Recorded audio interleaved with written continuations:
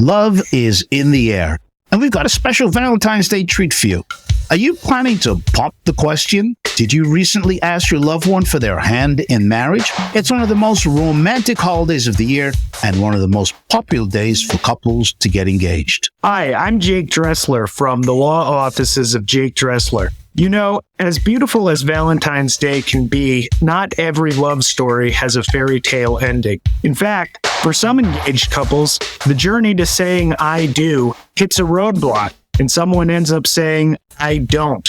It's a heart-wrenching reality that we need to explore. And what often comes into question during these difficult times is something seemingly small, but legally significant: the engagement ring.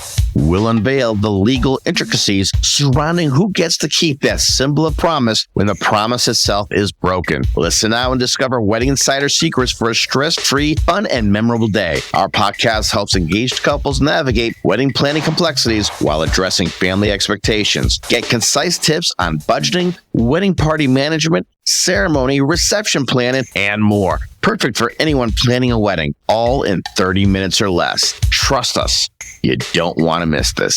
Welcome to Stress-Free Wedding Planning, the podcast that will transform your wedding planning journey from chaotic to enchanting. Sal and Sam bring over 80 years of combined wedding expertise and exclusive insider information to the table. If you're recently engaged, feeling the pressure of wedding planning, struggling with family expectations, but still dreaming of a joy-filled wedding, you've come to the right place. Get ready to unveil the best-kept wedding secrets, discover practical tips and strategies, and learn life-changing lessons for a stress-free wedding. Your unforgettable wedding day awaits. We're here to take you on a transformative journey of love, laughter, and memories. So don't miss out on the podcast that just might change your life. This is the Stress-Free Wedding Planning Podcast with Sal and Sam. Hi, I'm Sal of After Hours Events in New England. I've performed at thousands of weddings in my 40 years as a professional MC DJ. Weddings are my passion. Hi, I'm Sam from Atmosphere Productions. With decades of DJ experience dating back to the mid-70s, I've rocked the airwaves, pumped up nightclubs, and made thousands of weddings unforgettable. This is the Stress-Free Wedding Planning Podcast with Sal and Sam.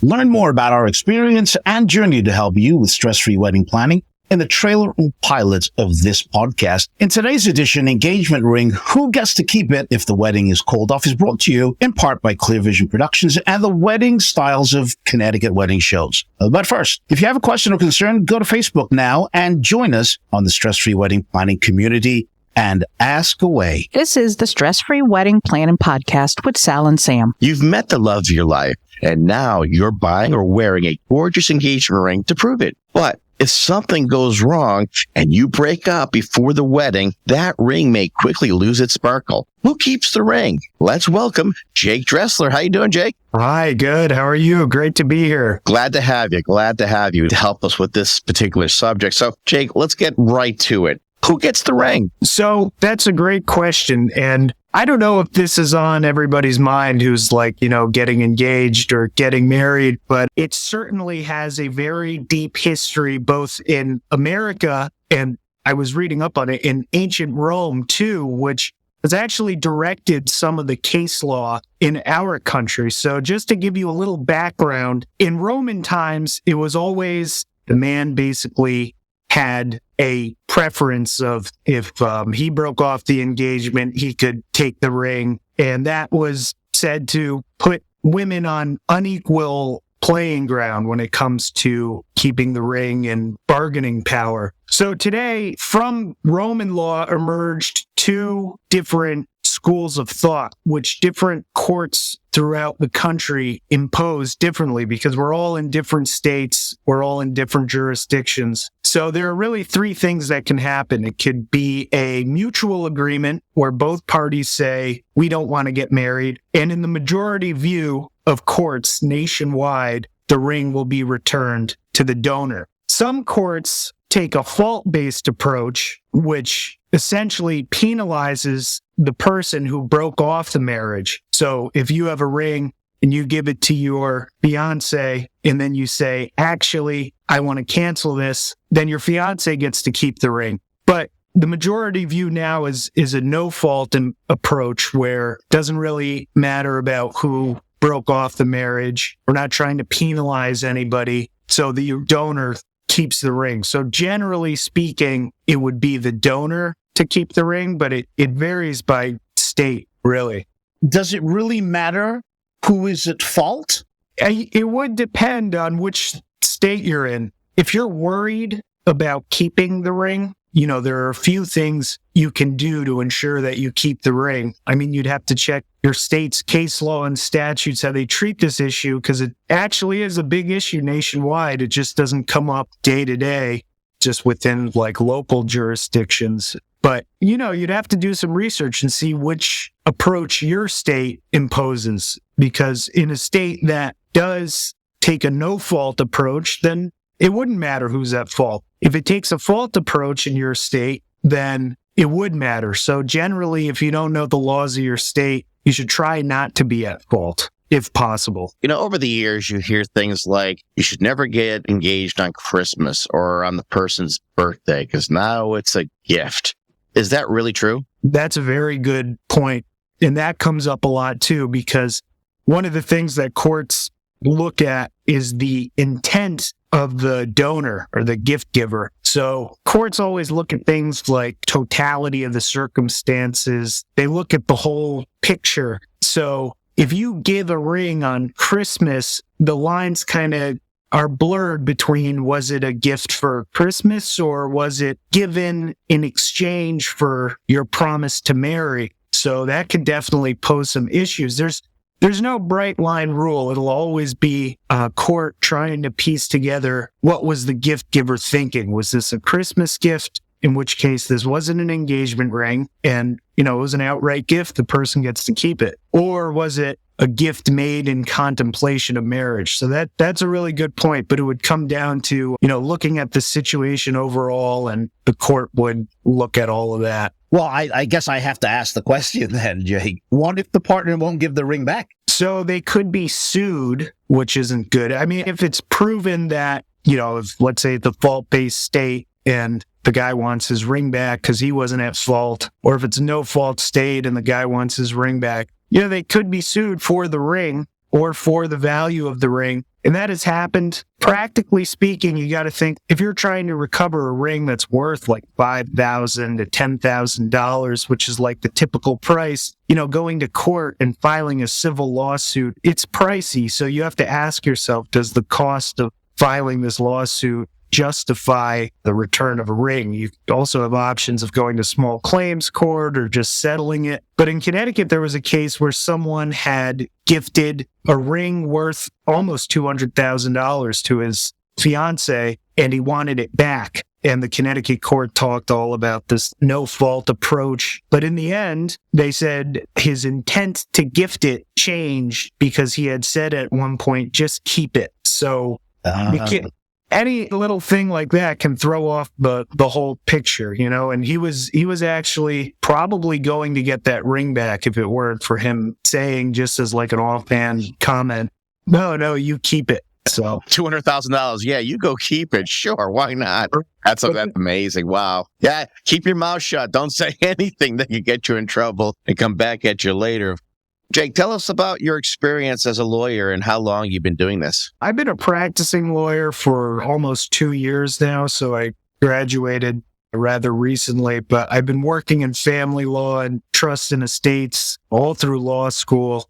As far as prenups and engagement rings go, it's all kind of under the umbrella of like divorce, family matters, settlements. There's so many other angles where you have all types of agreements and contracts and all types of settlements relating to divorce and the family. So this I kind of like bunch into like family divorce / contract type of dispute that would arise. What's important to remember about these family law issues and divorce and contracts is, the law has, quote, guiding principles for all these issues that come up, like issues of fairness, issues of bargaining power.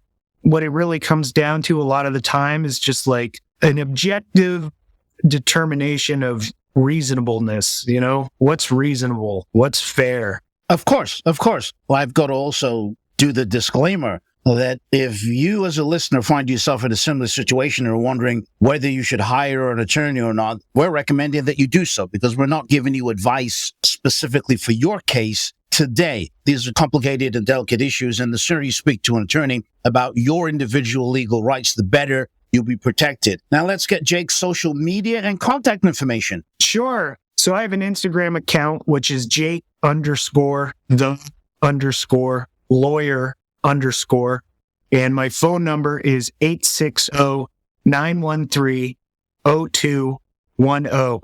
And just to reiterate what you were saying about hiring a lawyer, especially in family law cases, if you're involved in a divorce or someone not returning the engagement ring, it is crucial to have a lawyer, but not in the way you may think. A lot of people go into it thinking of like, oh, win-lose situation. How do I get the most out of this? How can I benefit? Really, a lawyer is most beneficial in family situations to help you take a more objective approach and reach a fair agreement rather than win-lose. So it's good to have counsel. Sometimes you feel more like a therapist than a lawyer when you're involved in family law issues. No, excellent point, Jake. Thank you for that. We just explained to you about a conditional gift, who's at fault, and what happens if the person won't return the ring.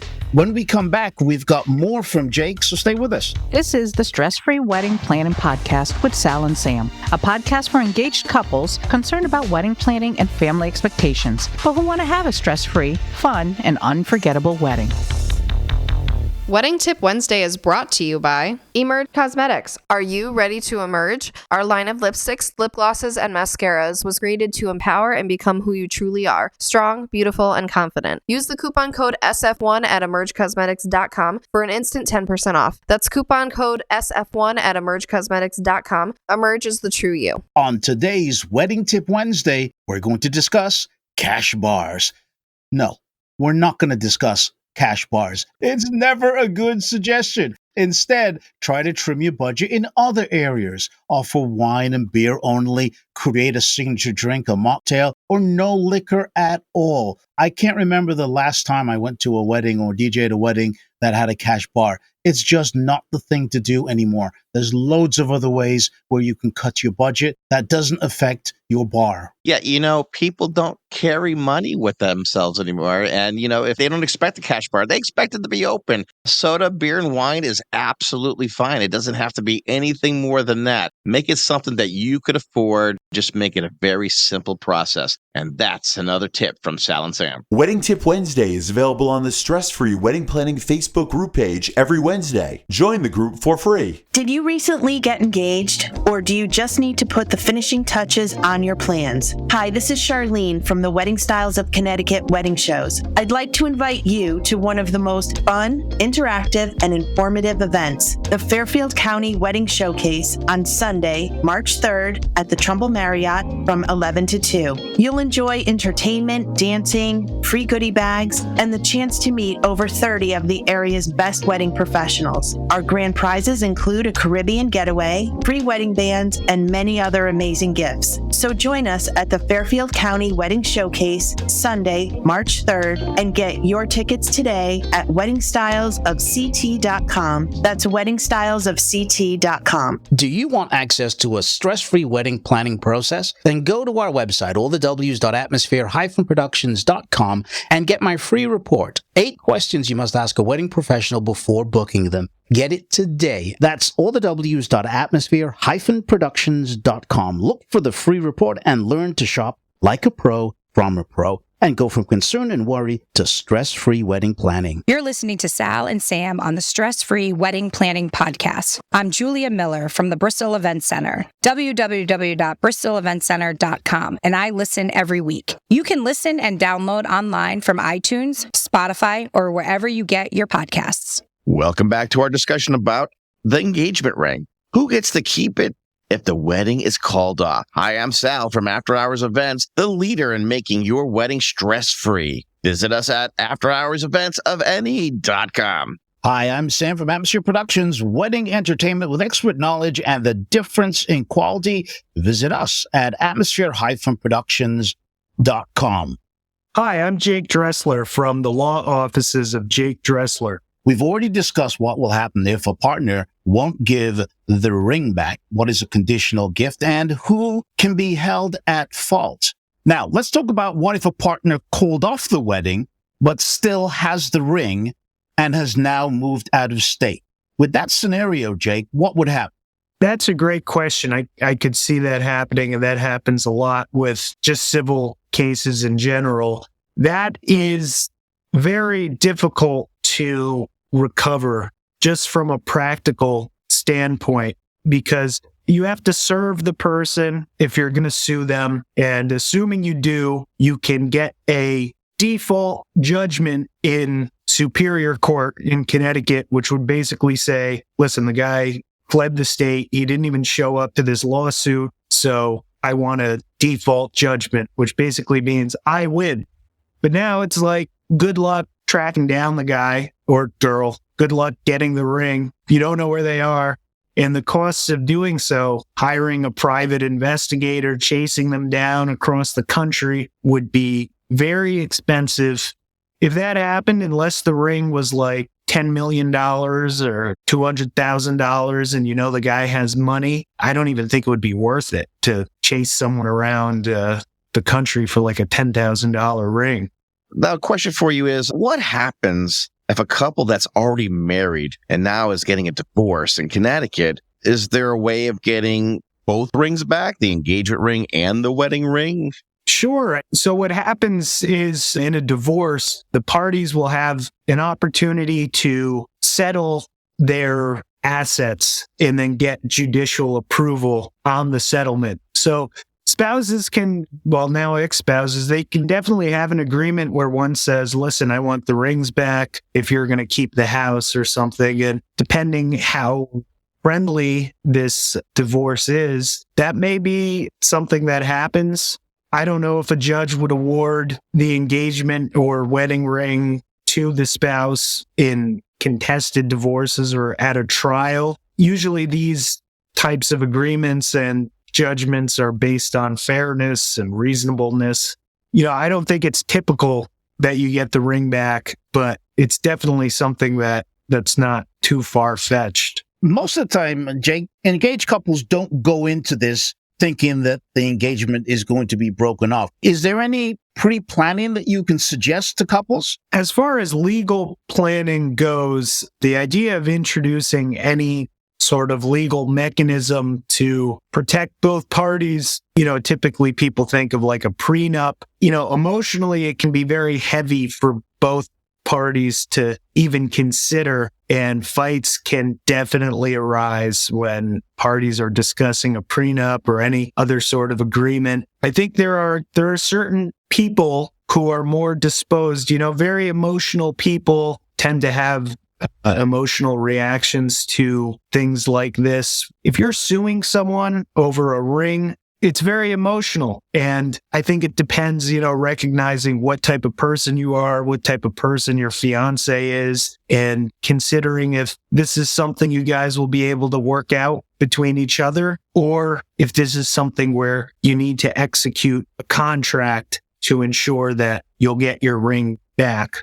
which, and this is just my personal opinion, if it's coming to that, I think the marriage might be starting on some rocky footing to begin with. Oh boy. Jake, first, on behalf of Sam and myself, we both want to thank you for taking the time and really tackling this subject for us, because it is a very important subject. But one more time, what I'd like you to do is share your socials with us. Okay, sure. My Instagram is Jake_the_lawyer_.